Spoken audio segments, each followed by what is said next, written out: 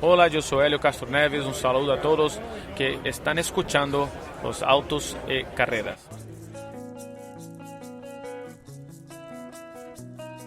Y vamos a hablar de unos cambios que se van a hacer a algunos circuitos que van a estar en esta temporada. Unos cambios serán para este año, otros cambios serán para el siguiente, pero aquí hay algo que a mí me deja intrigado, y es si estos últimos diseños de los últimos 10-15 años de Fórmula 1 hechos por Hermann Tilke son también responsables de las carreras que tenemos. Soy Ricker Silva y esto es Autos y Carreras.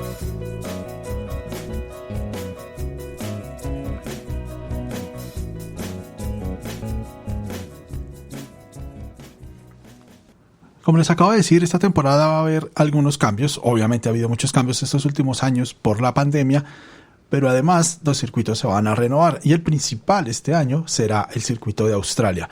Estaba programado para haber iniciado la temporada de Fórmula 1 hoy, este fin de semana, mejor dicho, hoy es lunes, o sea, el fin de semana que acaba de pasar. Pero ahora que se va a mover hacia noviembre, el lugar en el que tenía el Gran Premio de Australia antes de 1995, pues decidieron adelantar algunos cambios en el circuito. Los cambios son más o menos sencillos, pero van un poco en contravía de lo que se había visto en el diseño de circuitos en Fórmula 1 que había impuesto Hermann Tilke desde 1998 realmente, con el circuito de Malasia y que luego vimos en el circuito de Turquía, en la India, en la transformación que se hizo en Hockenheim y varios otros cambios que se hicieron y circuitos nuevos que entraron a lo largo de todos estos años en la Fórmula 1. ¿Cómo son esos circuitos de Hermann Tilke para los que apenas están entrando a la Fórmula 1 o llevan ya varios años viéndola, pero han sido estos circuitos los que han marcado la parada? Y es que son circuitos que se caracterizan por tener rectas muy muy largas que terminan en una curva que se llama stop corner, una curva muy cerrada en donde los coches tienen que frenar muy muy fuerte y por tanto el área de frenada, la distancia de frenado es grande y eso genera que haya más oportunidades de sobrepaso. Recuerden rectas de 2 kilómetros como la de Bakú en Azerbaiyán, termina en una curva de 90 grados súper cerrada, pues alcanza a ver algo más de 100 metros tal vez de zona de frenado, o a lo mejor no sea tanto, de pronto sean solo 80 metros de zona de frenado. El circuito de Montmeló en Barcelona, aunque no fue diseñado por Tilke, tiene esa misma configuración, una recta de poco más de 1 kilómetro con una frenada muy fuerte para entrar a la curva 1, que bueno, tal vez no sea tan cerrada, pero están frenando tal vez a partir de la marca de 70 o 60 metros y circuitos así similares. En Malasia teníamos una recta trasera muy larga, tan larga como la recta de meta, que desembocaba en una curva muy cerrada. Eso generaba opciones de sobrepaso y todos los circuitos en Fórmula 1 se han venido diseñando un poco así. ¿Por qué? Porque el diseño de los coches de Fórmula 1 ha hecho que sea muy difícil estar detrás de un carro. Eso no es que el diseño del Fórmula 1 sea así por reglamento. Es decir, cuando un ingeniero se sienta y quiere armar un coche y se da cuenta que puede afectar el aire que el coche deja y que ese aire turbio puede afectar la aerodinámica del coche que viene detrás y hacerlo más difícil de sobrepasar, pues es una decisión que hay que tomar a nivel de diseño. Hay que hacer esas cosas. Si yo lo puedo hacer, ¿por qué? ¿Por qué no? Solo por el espectáculo. A mí no me pagan como ingeniero en Fórmula 1 diseñando carros para que haga un mejor espectáculo. Me pagan para que mi equipo gane. Y así todos los coches en Fórmula 1 empezaron a crear un efecto que se llama washout. Todo el aire que atraviesa el carro, o más bien, mientras el coche atraviesa el aire, ese aire recorre la estructura del carro y al final, cuando llega al difusor trasero, que es el piso en la parte de atrás y el alerón trasero, lo que hacen es hacer que el aire se abra hacia arriba y los costados y deje un espacio sin tanto aire para que el carro que viene detrás pierda todo el sustento aerodinámico. Eso hace que, si bien en una serie de curvas rápidas o no tan lentas, sin un área de frenado considerable, pues el carro de atrás tenga que frenar un poco antes y no pueda atacar al carro que va adelante, a menos de que se pueda abrir, y aún así sigue siendo muy complicado. Eso es uno de los problemas que quiere también la Fórmula 1 resolver a partir del año 2022, cuando las regulaciones aerodinámicas van a cambiar y les van a permitir volver al efecto suelo y que todo el sustento aerodinámico, o una gran parte del sustento aerodinámico más bien, se genere por la forma o la geometría que tenga el piso del carro y no los alerones, aletas, alitas, deflectores, latitas, etcétera, que ahora tienen los coches de Fórmula 1. Ese diseño produjo entonces que cuando Hermann Tilke y su equipo se sentaron a pensar nuevos circuitos para Fórmula 1, pues salieran con circuitos como Bahrein, como Abu Dhabi, como Malasia, o con remodelaciones como la de Hockenheim, donde hay grandes rectas que desembocan en curvas muy cortas. Y obviamente hicieron pistas más anchas. Los coches de Fórmula 1 se han vuelto cada vez más grandes y más anchos.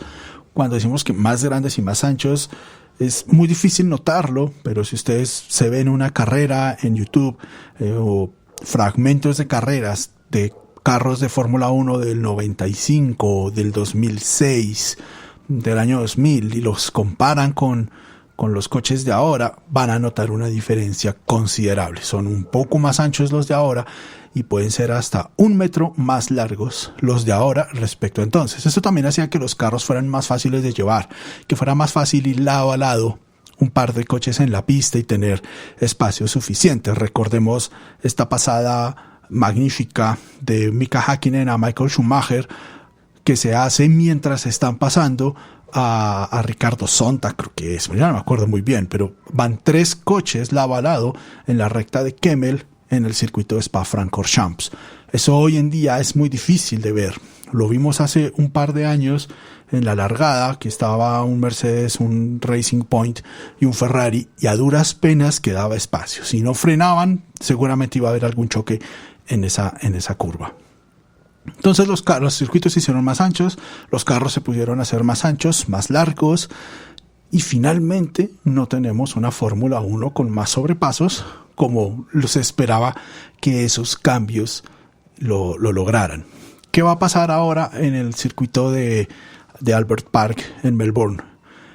Primero se va a ampliar en muchas zonas. Lo primero que se amplió, y eso ya va a estar para la carrera, ya estaría incluso si la carrera se hubiera hecho en marzo, se amplió la línea de pits. Eso va a permitir que se ande un poquitico más rápido, pero van a hacer otros cambios.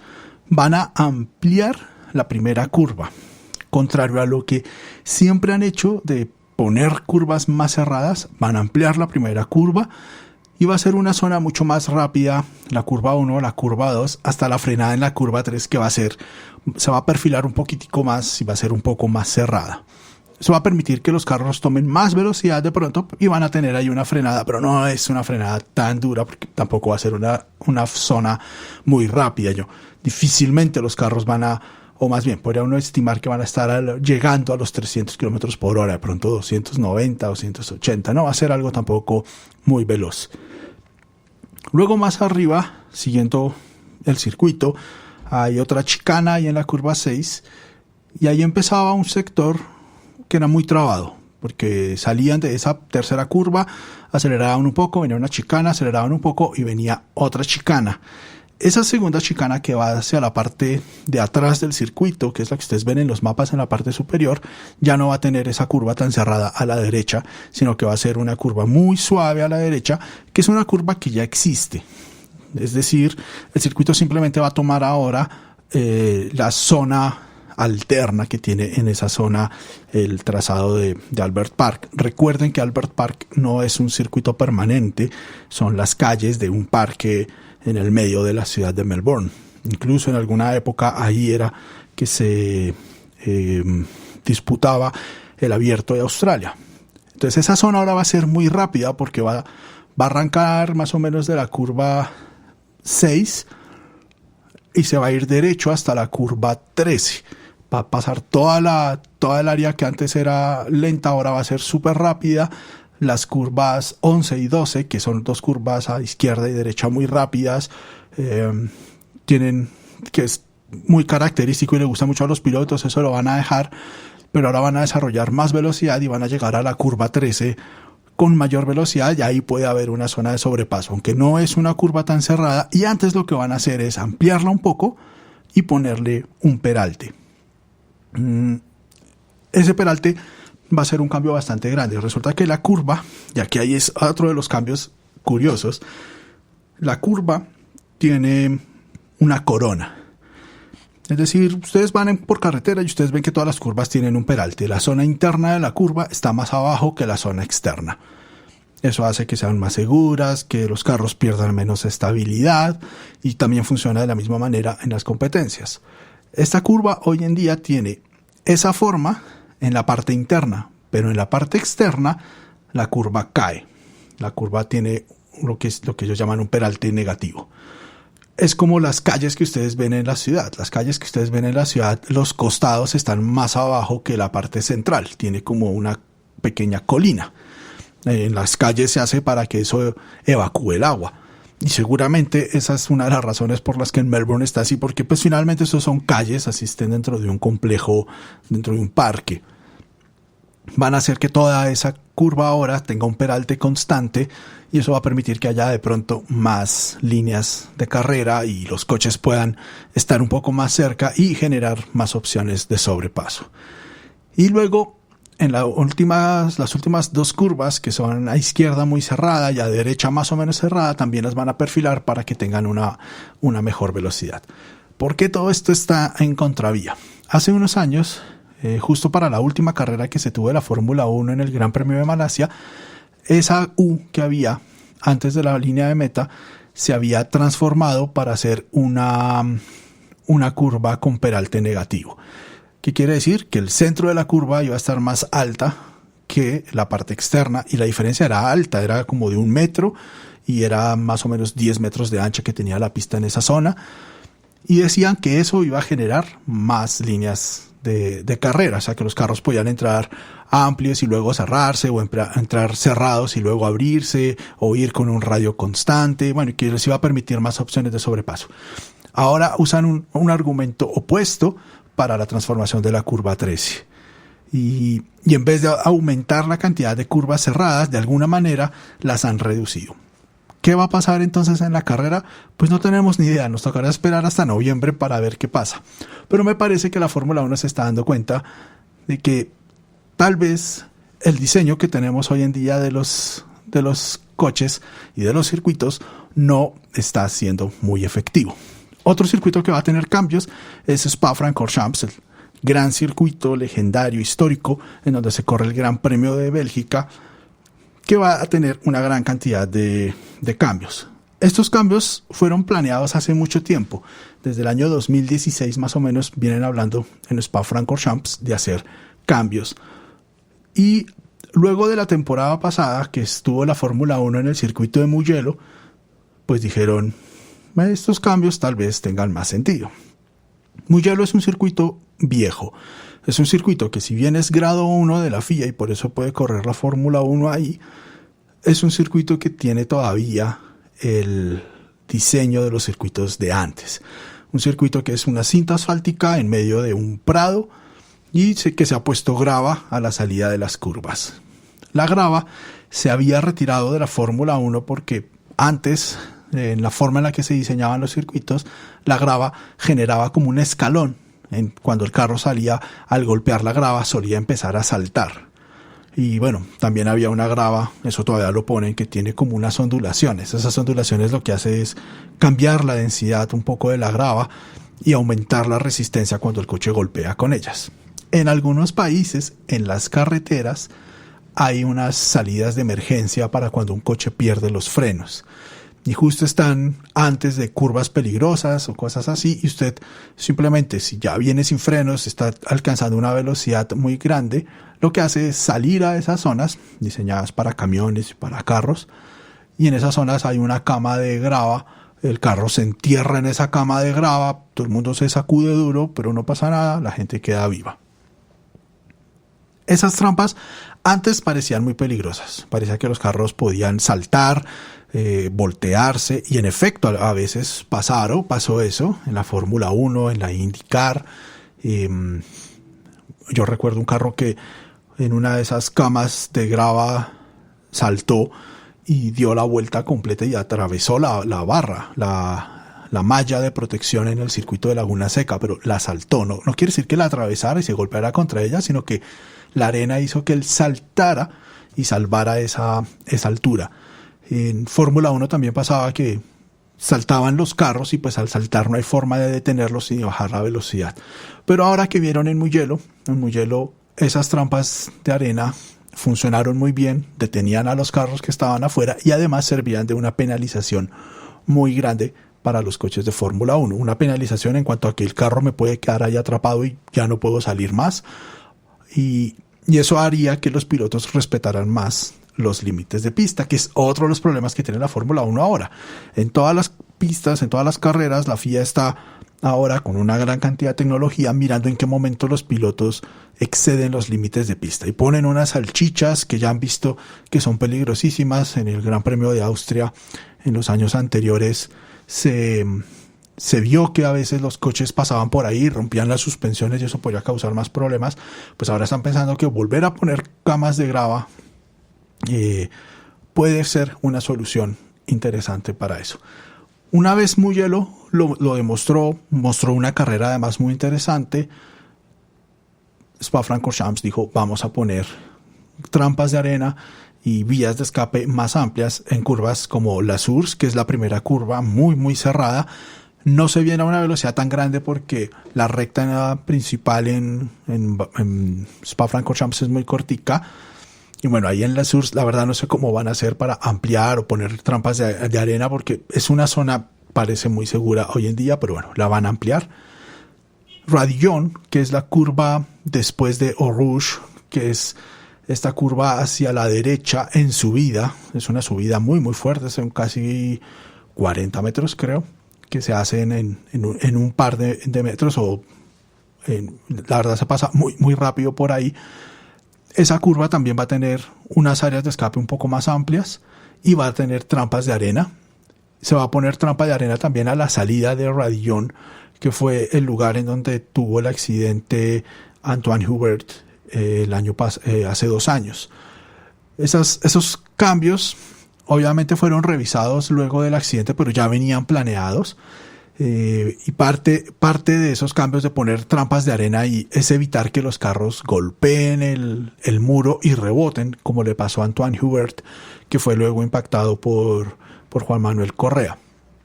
En Blanchimont, que es una de las curvas rápidas al final de la vuelta, en Le Combs, que son las 2 curvas al final de la recta de Kemmel, después del primer sector de la pista, y en Stavelot también se van a ampliar un poco las áreas de escape y a poner trampas de arena. Las trampas de arena no son nuevas en Spa-Francorchamps, aunque hoy en día nos parece que todos los circuitos lo que tienen son trampas de asfalto, vías de escape en asfalto, como el circuito de Paul Ricard en Francia.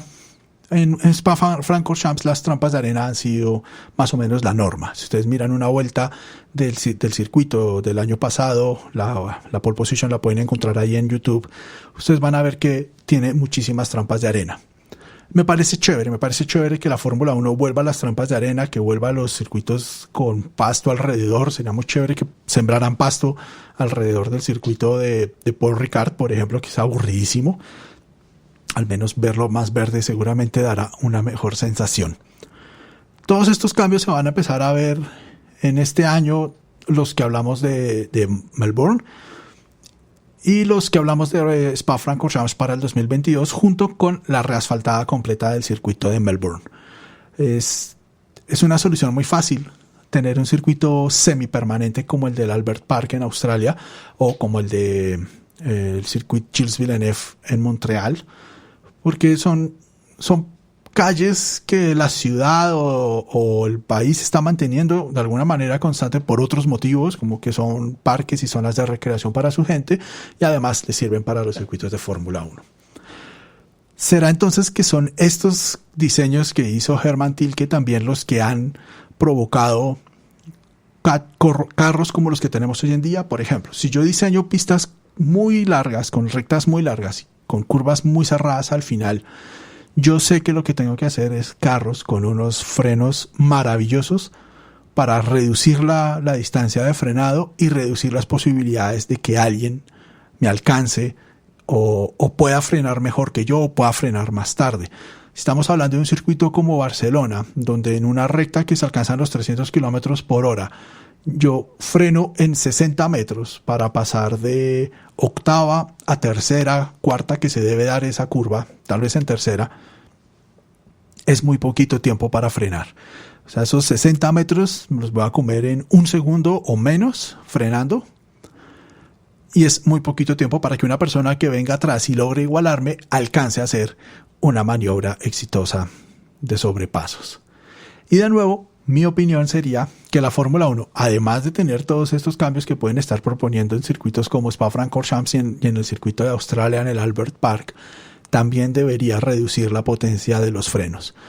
La potencia de los frenos en Fórmula 1 es exagerada. Es cierto que son un factor de seguridad, los carros tienen que poder frenar. Si un carro va a 320 por hora, lo más importante es que pueda parar de 320 por hora cero de forma segura. Pero una cosa es parar de forma segura y otra es parar en muy poca distancia. Y tal vez, si uno va a 300 y pico kilómetros por hora y para en cuestión de 80 metros, podemos hacerlos parar en 120 metros y hacer que las pistas vuelvan a tener zonas de adelantamiento sin necesidad de tener rectas largas y curvas cerradas al final, y poder volver a ver sobrepasos en circuitos como Imola o como el mismo de Canadá, en pistas que son un poquito más viejas. Hungría incluso, que lo han modificado y da muy buenas carreras además, porque parece un cartódromo, pero a lo mejor podríamos depender menos del diseño si hiciéramos esos cambios en los frenos. No es la primera vez que lo digo acá, pero esta vez también me gustaría que, si escuchas este programa, dejes en las redes sociales nuestras o en la plataforma donde estás escuchando este episodio tus comentarios sobre qué te parecen estos cambios que van a hacer a los circuitos y si esos cambios de los circuitos también han generado unos carros que sean cada vez más difíciles de sobrepasar a pesar de todos los esfuerzos de la Fórmula 1. Yo espero que para el 2022 sean mucho mejores estos carros y nos den un show un poquito mejor. No que haya tantos sobrepasos, porque la Fórmula 1 no es así. Queremos tener pocos sobrepasos de todas formas para poder recordar años después pasadas como la de Häkkinen a Schumacher, como la de Montoya a Schumacher, como la de Alonso a Schumacher. Como pueden ver, a mí me encantaba ver las carreras de Schumacher, les paraba muchas bolas y las tengo top of mind. Pero bueno, seguramente va a ser rico ver una pelea con más opciones de sobrepaso entre Hamilton y Verstappen o entre Vettel y Checo Pérez. Podría ser también algo muy interesante. Y hasta aquí llega este episodio de Autos y Carreras. Yo soy Ricker Silva. Recuerden que Autos y Carreras se graba en la Sala Fanáticas en Bogotá y que lo pueden escuchar en su aplicación de podcast favorita como Spotify, Apple Podcast o Google Podcast. También estamos en Spreaker, a veces salimos en vivo por Spreaker, y si te gusta escuchar podcasts en YouTube, pues también nos puedes escuchar por ahí. Yo soy Ricker Silva y nos vemos en 8 días. Chao, chao.